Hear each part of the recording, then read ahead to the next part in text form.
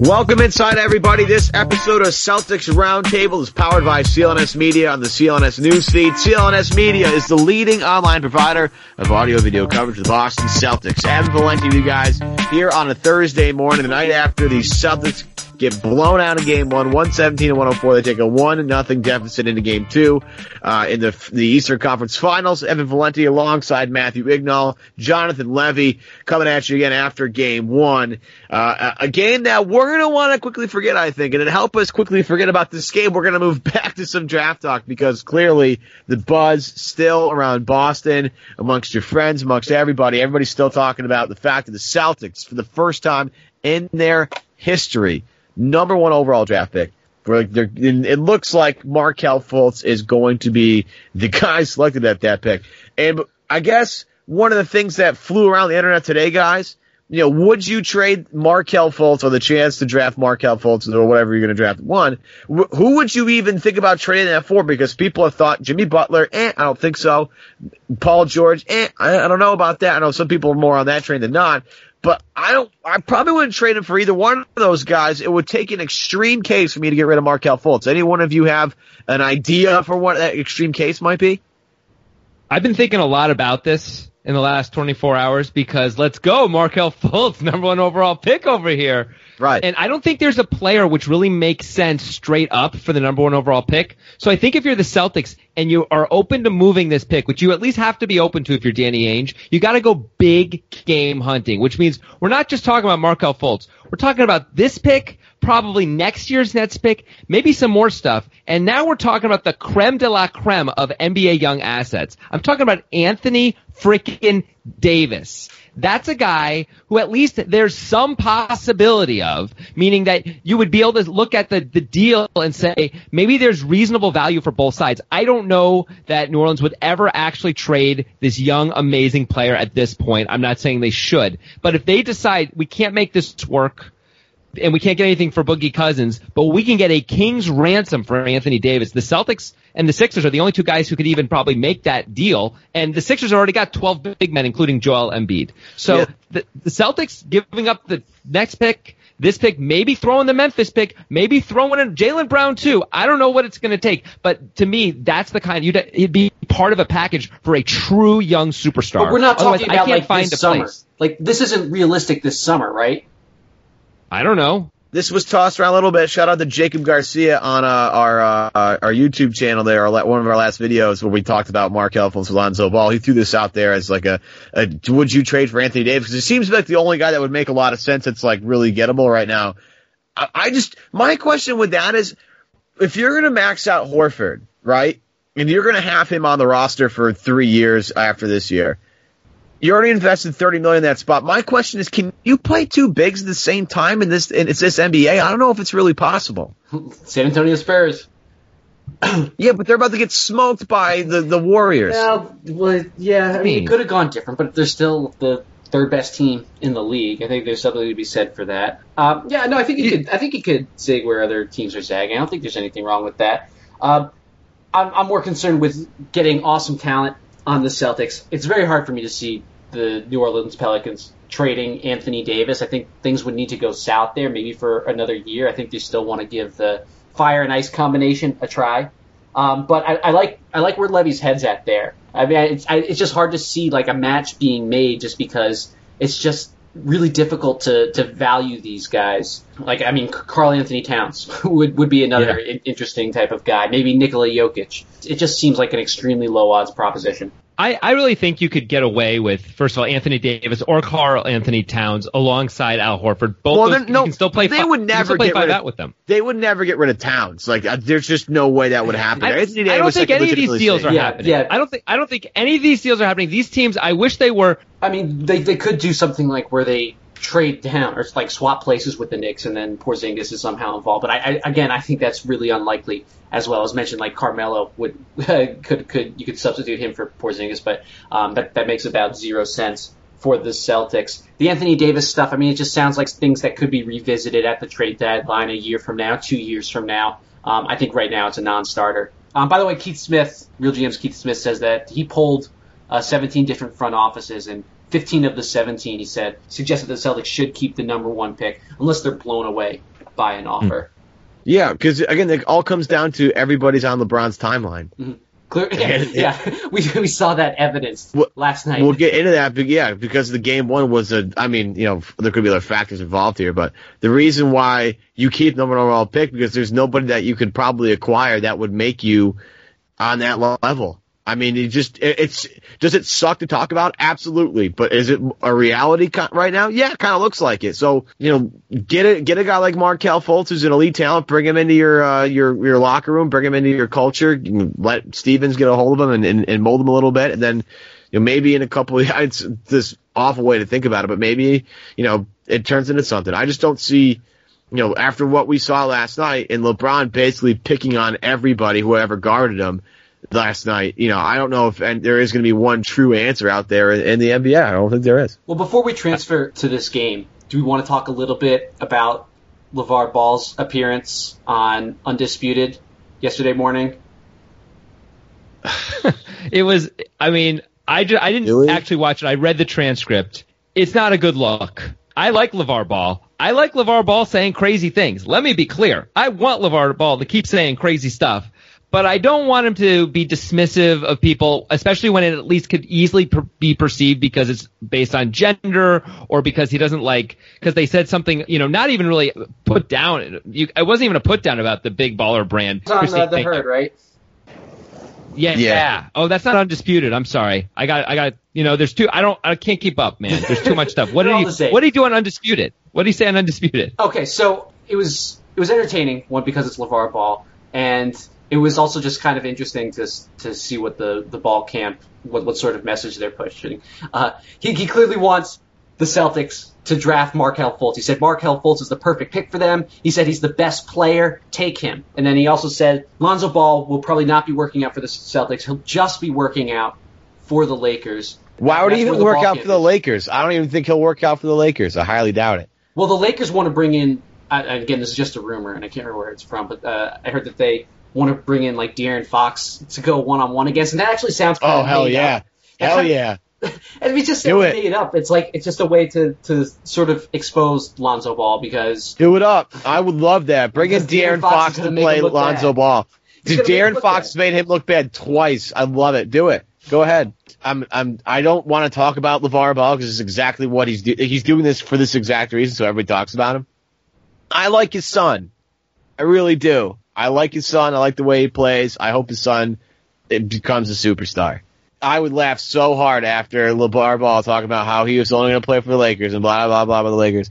For the Lakers to take that pick and flip it to Indiana and take Paul George with it, I would just die. That would be amazing. I would die. For sure. It would be so good. Also, there's the possibility that Lonzo works out for the Lakers. And the reason why, by the way, I think he would work out for them is because of the medical stuff. He didn't do the combine. So the Lakers don't have no physicians have looked at Lonzo Ball's body, basically. And I don't think you take someone without at least getting medical records on him at this point and having somebody look at him who you trust. But if Lonzo really only has one workout, there is not a crazy chance he ends up a 76er, right? If he has a terrible, horrible, no good, very bad workout for the Los Angeles Lakers and De'Aaron Fox, Josh Jackson, Jonathan Isaac, you name them, has a great workout for the Lakers because the Lakers are going to work out more than just Lonzo. It's not impossible that Magic will just pass on him. Magic does not have to take him. There's going to be a lot of pressure on Magic, I think, to take him. But also Magic may want to show that he's his own man, and just because LeVar Ball wants it to be so does not make it so. So if Lonzo has a bad workout, I think the Sixers will take him instantly at 3 because they could use that. They're dying at that position. He's a perfect fit. That is really not what LeVar Ball wants. And so it could be interesting. I'm sort of rooting for that outcome just because I don't like LeVar feeling like he has so much control over everything because he seems to. He's doing a pretty good job maneuvering. He's willing Lonzo to the Lakers. It's Lonzo, he doesn't seem like a workout guy. He excels in 5-on-5 play, moving the ball. Kind of feel like the information's already out there. I'm done with you don't want to talk about LeVar Ball at all. You're not a fan. I don't. Because this is exactly what he wants you to do, is just to be talking about him. That's why he goes on all these shows. That's what he does. It's great. It's not boring. Hallelujah. It's the off season. It's fine. Or it isn't yet. Sorry. The off season's in looms though after that first game. The problem is LeVar Ball is taking away my enjoyment of his son, who I love to watch play. Is that his problem or is that your problem? You don't have to listen to what he says. I can't avoid it. How do I avoid it? I'm doing a podcast talking about it. I can't avoid it. It's all over the place on Reddit. It's all over the place on Twitter. I got 18 videos on what LeVar Ball said, what he was doing at his house when it was announced when they got the second pick. Like, dude, I heard all about LeVar Ball, and I'm not going out of my way to even. I go on Barstool. There's LeVar Ball. Like, it's everywhere. Well, let me just say this: not entertained? He has done a pretty remarkable job, though, because.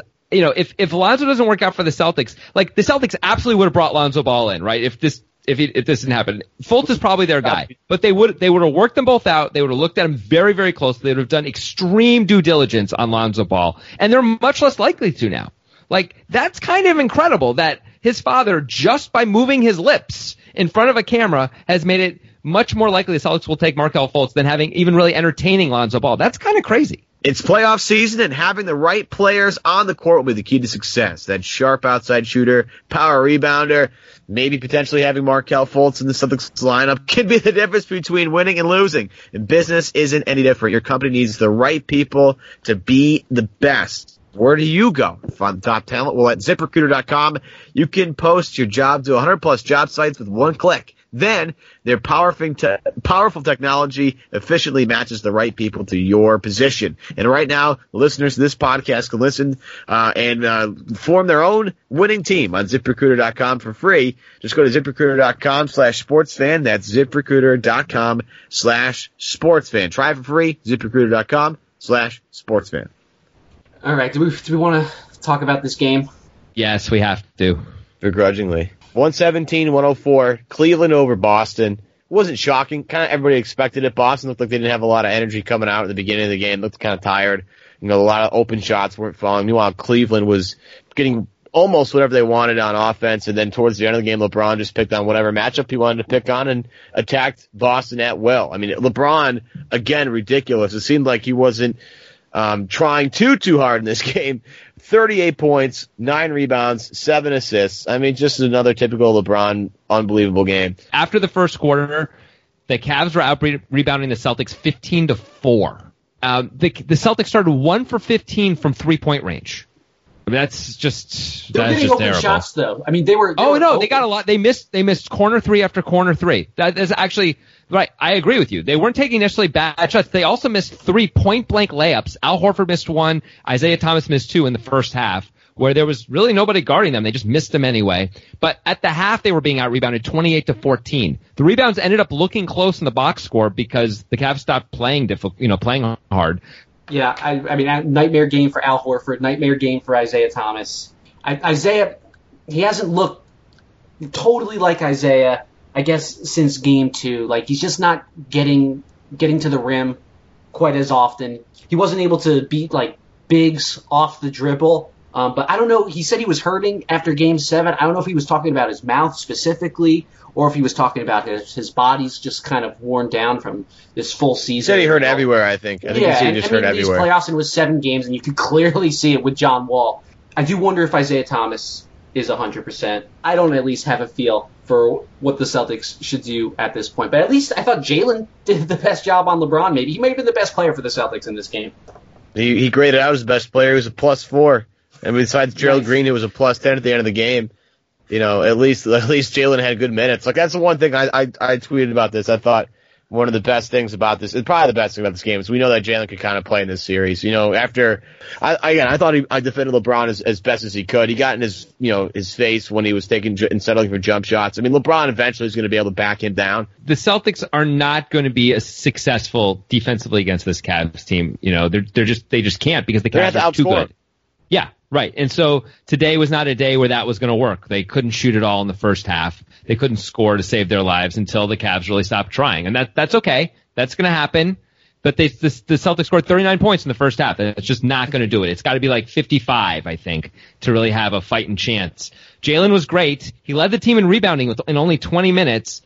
I mean, they're going to need him to play like a man the rest of the way. They're going to need a lot more good things to happen. And they're going to need the Cavs to play worse. Also, I don't think. I mean, it's a near hopeless situation. This is not a surprise, right? The Cavs are better than the Celtics. We knew this. They're not this much better, but they're better than the Celtics. They're going to win this series unless some really weird stuff happens. I'm rooting for the weird stuff, but I don't know where it's coming from either.